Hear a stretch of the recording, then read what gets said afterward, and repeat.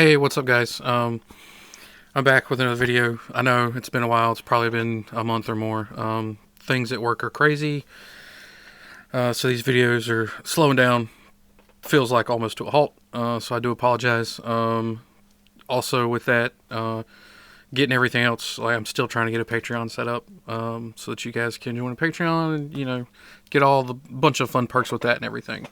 Have a Discord server, all that kind of fun stuff. So for those of you who are new today, this is Cardboard Kitchen. Welcome. On Cardboard Kitchen, I try to talk about, discuss, debate, whatever the case is, my thoughts and opinions on the Commander format for Magic the Gathering. This content is meant to be for new, old, all players of all generations, of all types. Couple of things I want to get into today. But before we get into it, if you like the video, obviously give it a thumbs up. Hit like, hit subscribe if you're not subscribed to the channel. That would be fantastic. Hit the notification bell so you can be notified of any new content that I put up. Once things start getting a little better with work, I want to try and put out more of these videos if I can. I really enjoy making content for you guys, and I really miss being able to do that on a consistent basis. So I got to figure some stuff out here and there and maybe get a consistent basis down somewhere. But stuff to be worked on, right? And if you can, share the video with your friends. Share it on social media or whatever.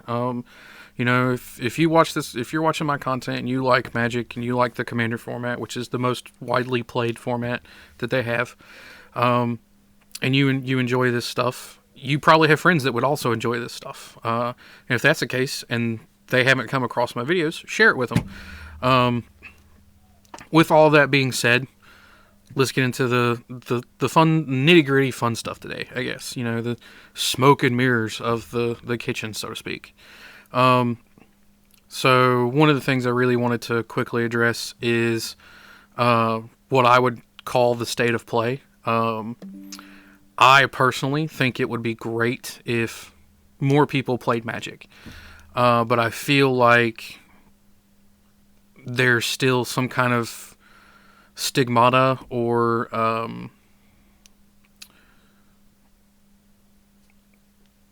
there's a word I'm trying to think of, and I'm very terrible at trying to do synonyms. The stigma, generalized stigma of that the game is predominantly for men or boys or whatever word you want to use. I would like to see more women playing the game. I think with Bloomburrow, which is the most recent addition we've had, that's probably going to increase because, who doesn't like cute, fluffy animals and all that fun stuff? So just kind of wanted to touch basis on that. The real fire and zest of this particular episode is in this deck building challenges. I know I personally have hit a flunk or a stagnation as far as deck ideas and deck creation has come. And I know you guys can't really see it. Like you can see a little bit over here, but you can't really see the entirety of the desk.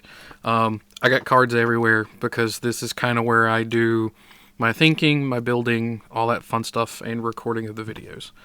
I don't get to do it as often, so I don't get to go through my stuff and then put it away and keep things clean as much as I used to. But when you hit a deck building stagnation, when I hit my deck building stagnation, I started looking at other formats to play. And I feel like a lot of people probably would, especially if you started way back when I started 20, 24, 25 years ago. The only formats that were out was, they called it Type 2, Type 1.5, Type 1, and block and extended. Those are all the formats they had. Standard was Type 2. What we call Standard today was the equivalent of Type 2 back when I started. The current modern run is a combination of what they used to call block and extended. I think block is still a format, but you don't hear it talked about nearly as much. But essentially, modern became a format that was those two formats put together. Type 1.5 is what we call legacy. Type 1 or 1.0 is what we call vintage. So that's how terminology has changed over the years. But I know that when I played Standard for a really long time, the way the rotations and everything happened, things eventually got stagnant and got dull. And with the rules changes of some of these things, Standard sets are now going to be legal for 3 years, with the exception of Foundations. They made an announcement a week or two ago about Foundations. Foundations is going to be Standard legal for 5 years. There is some speculation about Strip Mine coming back in Foundations, and nobody wants to play in a Standard meta where Strip Mine is in the Standard meta for 5 years. I can understand that, personally speaking. No true green player likes land destruction. I'm a green player at heart. Not most of my other videos you would be able to tell, not necessarily in this video. But I don't think they're going to put Strip Mine in Foundations, just because it's one of those cards that has a collector value at this point.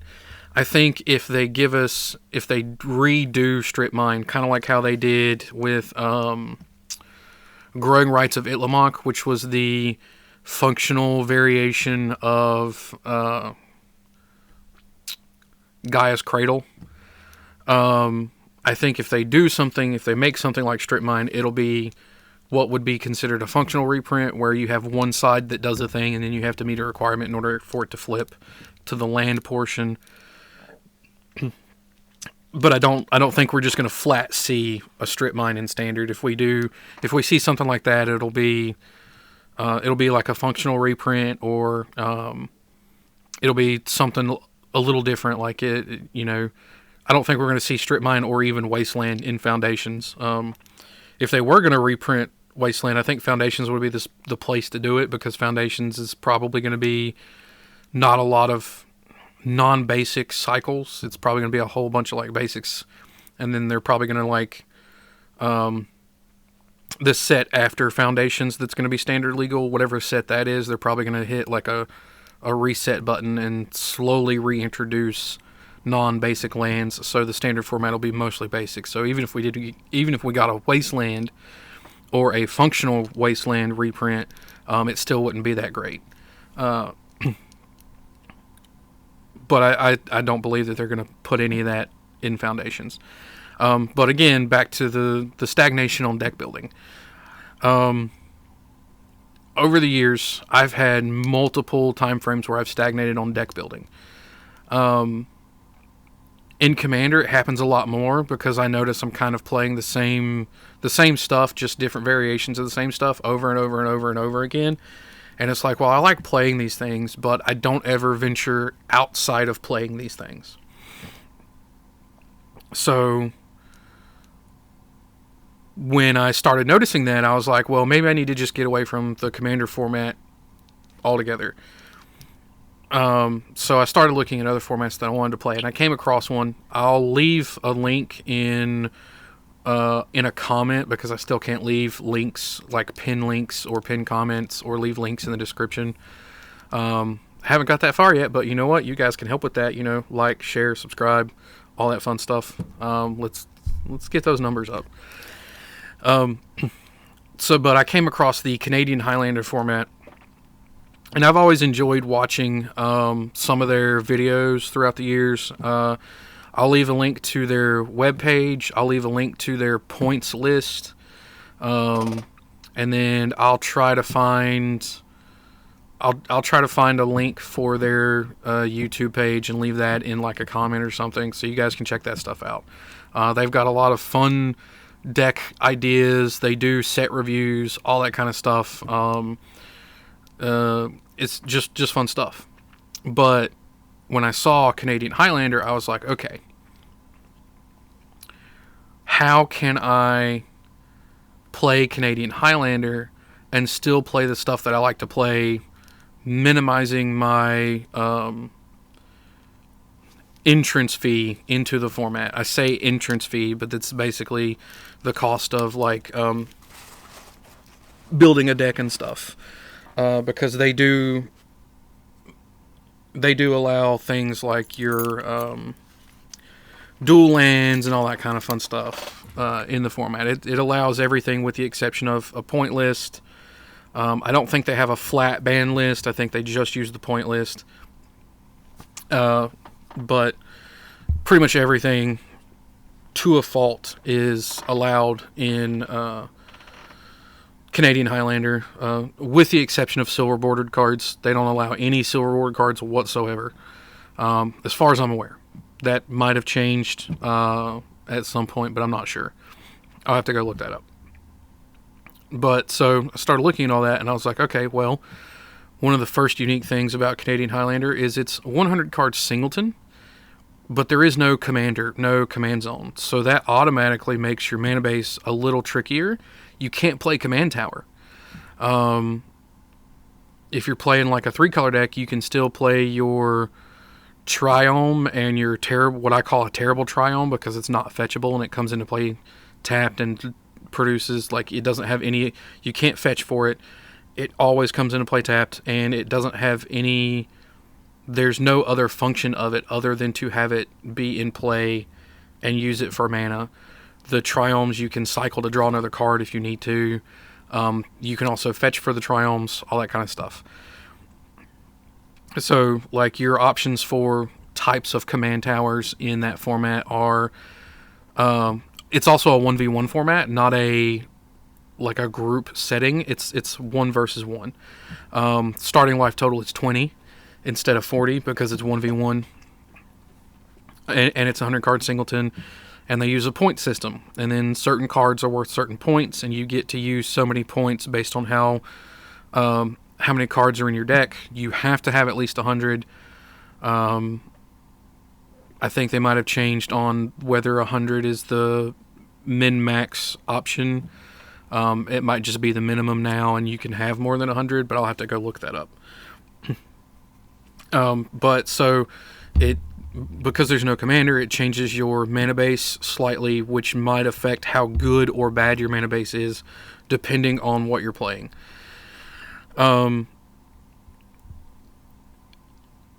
It also changes a couple other things. Sol Ring's is like a staple include in almost like 99% of commander decks. Well, in Canadian Highlander, Sol Ring's a point-based card because it's considered fast mana. Now, it's low on the points value list. It's low on that list, but it's still pointed. So, one of the things that I did when I started looking into this format, and I was like, well, I want to play with the stuff that I already have to be able to play this format, but I also don't want to play anything that's on the point list just so I don't have to worry about points. If you go look at those points list, if you go look at that point list, there's a lot of stuff on that point list. Really good, really strong, decent stuff that most commander players take for granted because some of that's just like auto includes in the vast majority of commander decks. So that was one of the things I did, is I started redesigning some of my decks to be able to play both Commander, the Commander format, and the Canadian Highlander format. And the tricky part was, in order to coincide with both, I had to take into account everything that I could play in Canadian Highlander that wasn't on the point list and wasn't something that cared about me having a commander in the command zone, like Command Tower or Jeweled Lotus. Can't play Jeweled Lotus in Canadian Highlander. You don't have a commander.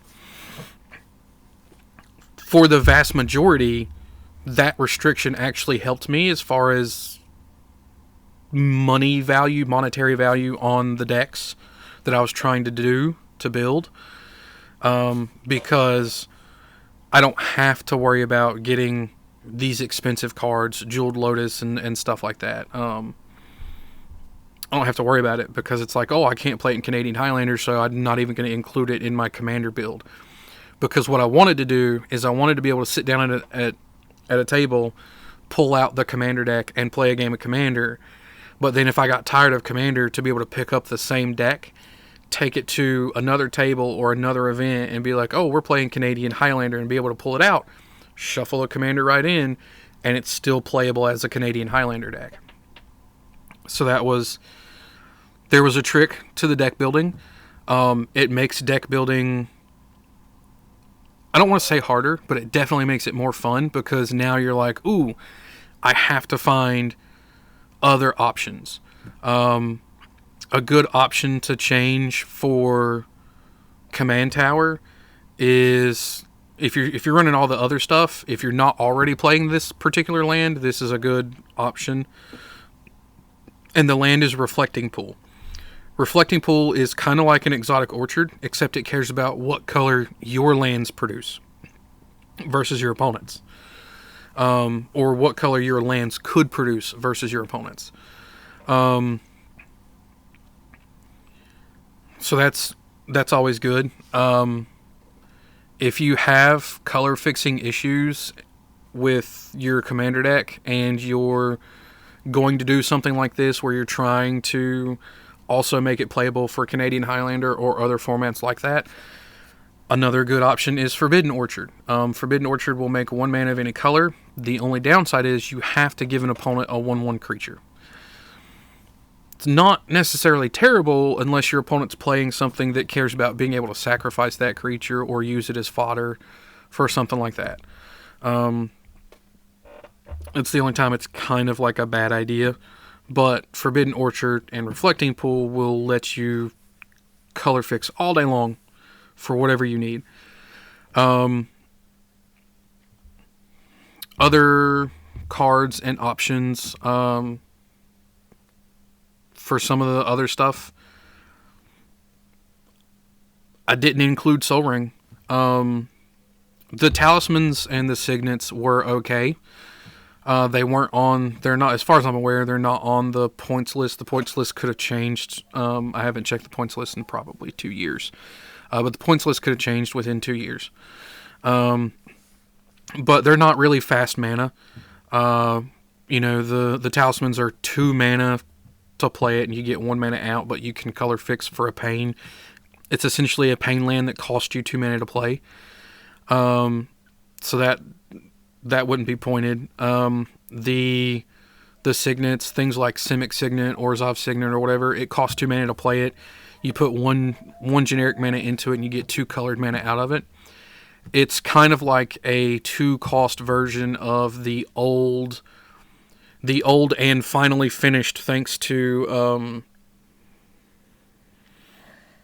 the Fallout precons and the stuff that came after the Fallout stuff.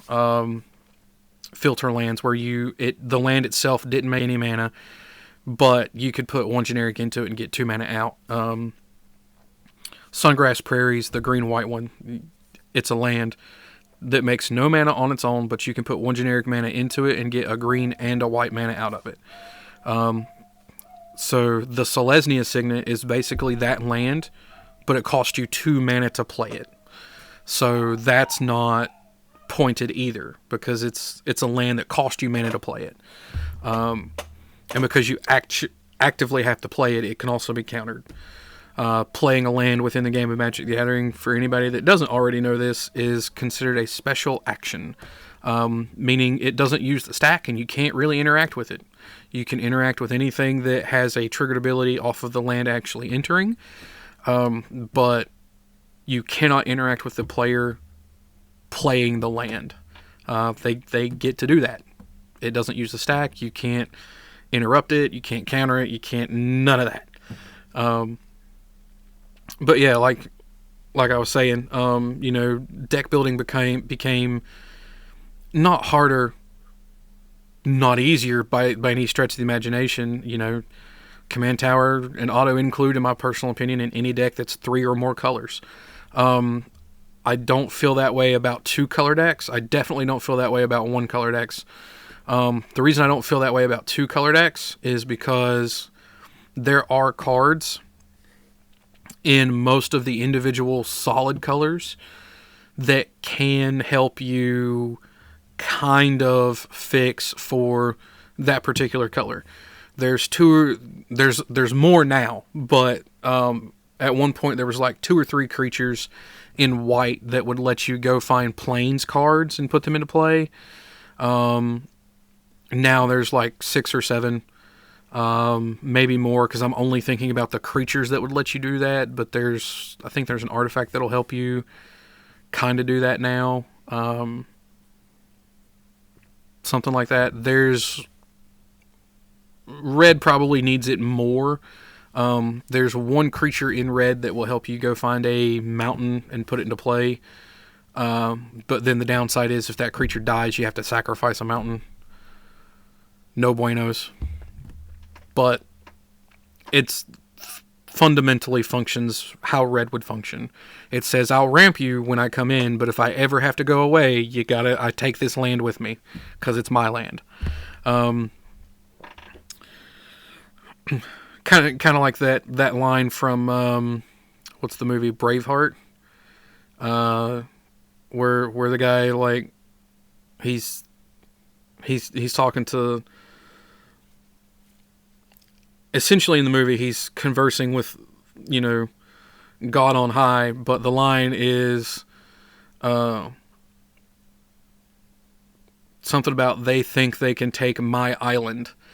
I don't have the accent down, but the line is something like that, and somebody retorts, your island? He's like, hey, my island. And it's just like, oh, your land. Okay. Same thing with this particular red creature. When it comes in, it brings a land with it, and then because it's this creature's land, when this creature leaves, it takes a land with it. There's stuff in every color that cares about whether or not you have specifically those things. There are cards in white that care about how many planes you have in play, or if you have planes in play. There are cards in blue that do an effect based on how many islands you have in play. There are a lot of cards in green that will get you more forests into play. There's a few green cards that care about how many forests you have in play. My favorite one being Howl of the Night Pack. It's a 7-mana spell. It's sorcery speed. It's absolutely terrible, but it gives you a 2/2 wolf for every forest you have in play, and I like it. So there's a few cards here and there in every color, every monocolor, that cares about if you have or how many of whatever it is that you have to do an ability. Which is why in 2 color decks, I don't feel like you need a command tower. Sure, it'll fix your colors because it's a land that'll tap for one of the 2 that you need, but it doesn't count as a land that is the type of one or the other. Usually in its place, I would, if I don't have it, I would rather have something that is both, like Sacred Foundry, like if you're playing red white, Sacred Foundry, Plateau, whatever the red white Surveil land is, Sacred Peaks, which is the common one, and then Alpine Meadows, which is the common snow one from Kaldheim. I would rather have those in place of Command Tower if I don't already have them in the deck. If I already have them in the deck, Command Tower just becomes another basic, because at that point I can play something, if I'm playing Boros, I can play a creature that'll let me fetch up either a mountain or a plains I'm probably playing something in there that'll let me fetch up one of those things. At that point, I would rather have it be a land I can fetch up rather than just a land that fixes me when I draw it. I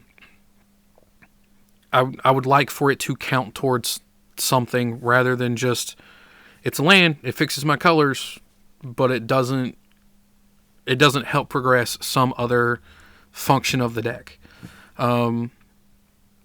Which is, if you're playing 2 colors, that's something I really advise that a lot of you look into, is you probably want to do a little more searching and digging for cards that care about one of the 2 colors that you're playing. I wouldn't say play a whole bunch of them, but definitely, like, if you're playing Boros and you're heavier white than you are red, and you're like, I've got 2 or 3 slots left to fill, try to find some cards in white, because you're already heavier white than red. Try to find some cards in white that will either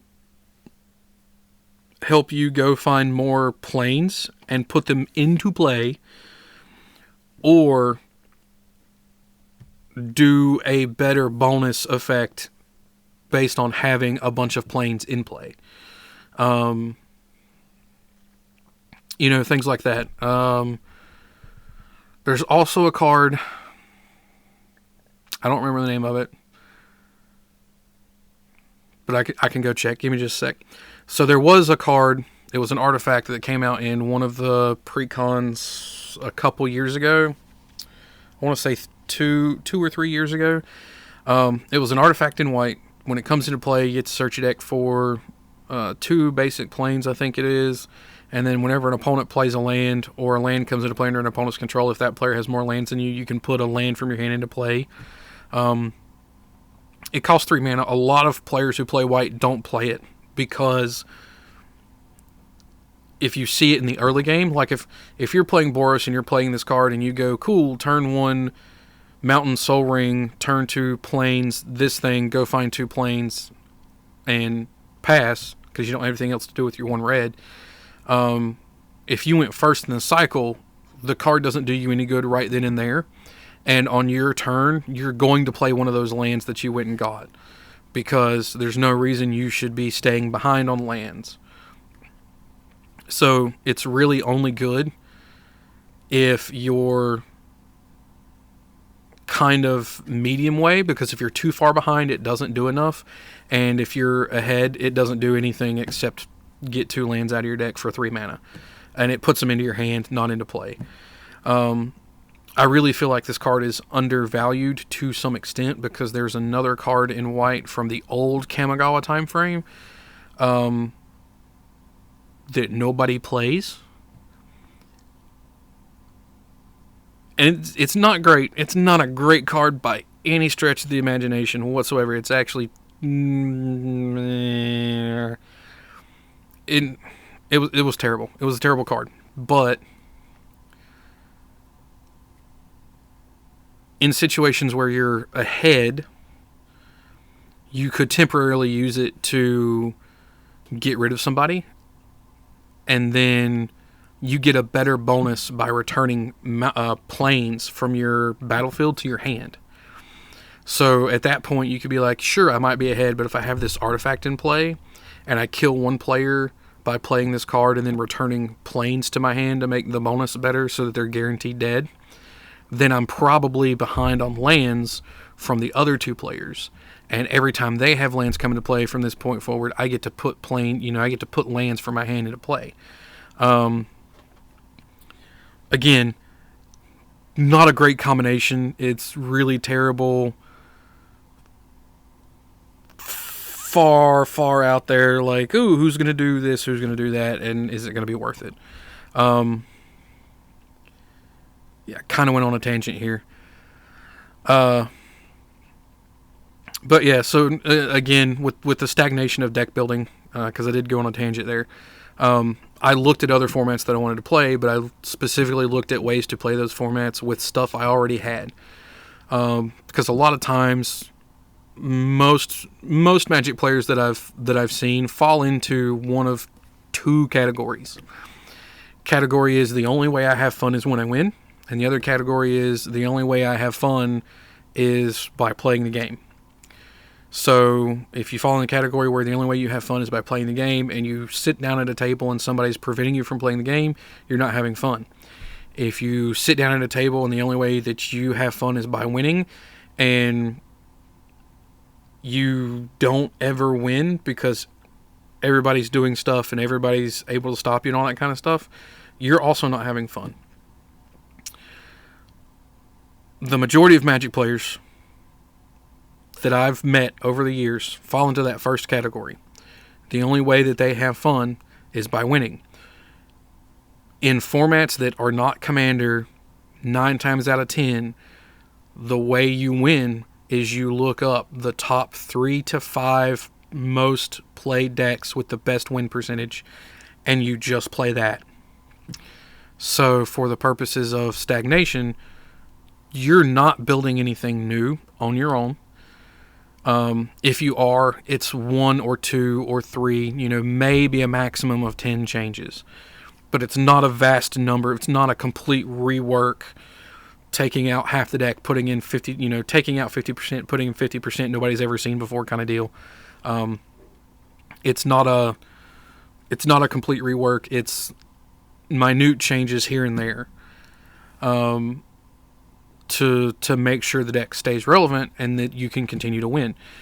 So if you're looking at other formats, more than likely you're also looking at those kinds of decks. If you're looking at those kinds of decks, you're first seeing what pieces you have to minimize the cost, entry fee, and then secondarily seeing what pieces you have to purchase to make that build.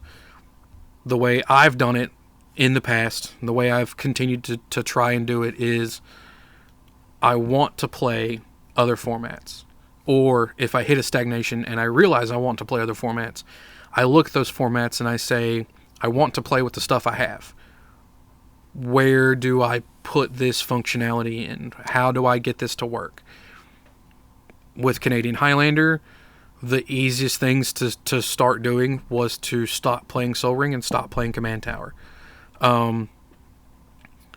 Most of the decks that I currently play, with the exception of like 1 or 2, they still play Command Tower.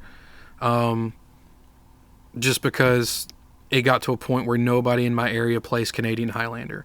So I can't play Canadian Highlander. So if I can't even play the format, I have no point in building decks for the format. So I kind of stopped with that. I would love to get back into that deck challenge of I'm not going to play a Command Tower. I'm not going to play a Sol Ring. I'm not going to play these cards that are on the point list for Canadian Highlander. I'm also not going to play any cards that specifically care about the commander I'm playing with, because I can't play those cards in Canadian Highlander because there is no commander, no command zone. So it's kind of like trying to figure out how to build and play decks that functionally play in both formats, but are also still fun in both categories. Playing the game and being able to win, that's the trickiest thing in the world. I'm not going to win every game. I know I'm not going to win every game. But if I could win, 33% of my games, that'd be pretty good.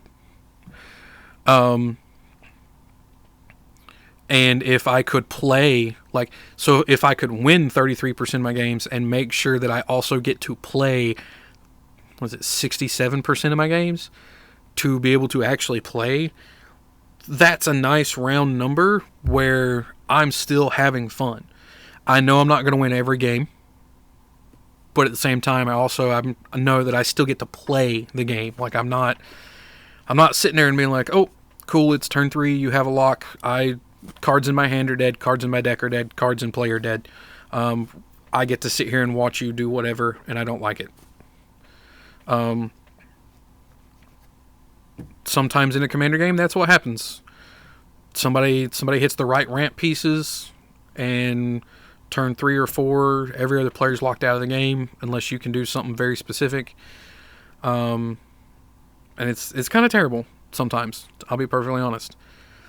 But that being said, again, this video is mostly about like stagnation and other ways to try and like get out of that stagnation. If you're playing two colors, look for cards that can help you, that care about one or both your colors. You might have to dig into both colors. Try not to play Command Tower as a land if you're playing two colors or fewer. You know, have something you can fetch up, or have another basic, you know, something of that nature. Just, sure, Command Tower will fix you for your colors, but if you do play cards that care about, like, again, if you're in Boros, I'm using Boros as an example. If you're in Boros and you're playing cards that care about how many planes you have in play, Command Tower is not a planes. It'll make a white mana, but it's not a planes. If you're playing cards that care about how many mountains you have in play, again, Command Tower can make a red, but it's not a mountain. So it's not necessarily going to help with one of those functions. If you're playing cards in white that say, when it comes into play, go get a plains card from your deck and put it to your hand, or put it into play tapped, or whatever the ability is. Again, Command Tower is not a plains. It'll make you a white mana, it'll make you a red mana, you know, whatever you need, but it's not a plains, so you can't fetch it up. On the same token, for that, like, one or two creatures in red that do it, that care about you going and getting a mountain, Command Tower is not a mountain. Can't fetch it up. Now, granted, because it's not a mountain, when those red creatures leave, they don't take it with them. But red was really the only one that had a hindrance to creatures that ramped you lands. Solemn Simulacrum's really good in most decks that play a lot of basics, because it'll let you find any basic you want. There's a new version of Solemn Simulacrum that it's a creature with flying, I think. I don't remember exactly, but it does the same thing when it enters. It doesn't draw you a card when it dies, but when it comes into play, it'll fetch you up a basic land and put it in play tapped. And it still costs you 4 mana. It just doesn't draw you the card when it dies. But yeah, like, try and... If you get the feeling people don't want to play with you because of some of the decks you play, lower their power level by doing some of this stuff. Like, that's the other thing. If you're noticing that your groups are playing on higher power levels and you don't get to play with those groups as often, but you get to go to, like, your local game store on whatever night it is, and you get to play with other groups and they're not playing as high power level decks, these are some changes you can make. You know, I know a guy who built a dragon deck, and what he does is he has his baseline for the deck that stays in one box, and then he has all the dragons he could ever want to use in the deck in the other box. And what he does is, with that secondary box that has all the dragons, is he randomizes that box every game and then pulls out the number of cards that he needs without looking at them. So he doesn't even know what dragons he's playing. Pulls out the number of cards that he needs from that box after it's been randomized to put into the main deck so that it's a full 100 cards. And I thought that was actually really ingenious, because one, your deck's never 100% the same when you sit down at a table, and two, it's a completely different game for you every time, because you don't know what you're playing. You have your baseline and you know what your baseline is, but then everything else that's not on that baseline, it's all random. For the most part, it's random. So, like, you could have a card in there that cares about how many red dragons you have if they ever made one, and then that would be your only red dragon. All your other dragons could be every other color but red. So it wouldn't be that great. But I mean, that's just an idea. You know, you can do things like that. You can try to reinvent your decks by lowering their power level and looking as far as commander is concerned, lowering their power level, so to speak, and looking at other formats where you could play that deck, but but there is no commander or command zone type function. So it would change how you would have to build the deck, which could in turn change the power level of the deck, good or bad depending. Some colors it's easier to make it weaker. Some colors when you try to do stuff like that, there are specific cards you have to play, and those specific cards just make it infinitely better. And but yeah, it's just food for thought today, so to speak, on making those kinds of changes. If you hit stagnations or you get tired because you notice that you're playing the same stuff and you kind of want to venture out from something different, look into other formats. I really recommend Canadian Highlander, especially if you're going to look at and try to build with what you have based on the information I've given you, based on how I do it. Just because I really think that's a good way to potentially look at being able to deck build, versus paying an entry fee into a new format, and all that fun stuff. But with that being said, I kind of went over a little bit today with my rambles and everything. Again, if you've made it this far and you're new, hit that subscribe button, hit that notification bell, hit the like, leave a comment. Please leave a comment, guys. I get notifications every so often when the Facebook page has new views and the channel has new views, but the best way for you guys to kind of like get my attention, if I'm not stuck at work, is comments. I get a notification for every comment you guys post. So if you want to interact with me, or you want to, throw me an oddball idea or whatever, definitely, do a comment. Since I'm having trouble with some of the other things as far as trying to get some other stuff done, I'm looking at trying to do a stream soon where I play Arena, but I specifically play Brawl. So if you guys are interested in seeing that, smash that like button, smash that subscribe button, smash the notification bell, leave a comment, share the video, please. I would love to do this more often for you guys and make more of these videos and do this, but I also need to be able to survive in the world just like everybody else, which means a job, or in some cases 2 jobs. And doing that takes time away from being able to do this. And I really would prefer to be doing this, but everybody's got bills. Anyway, this has been Cardboard Kitchen. I have been your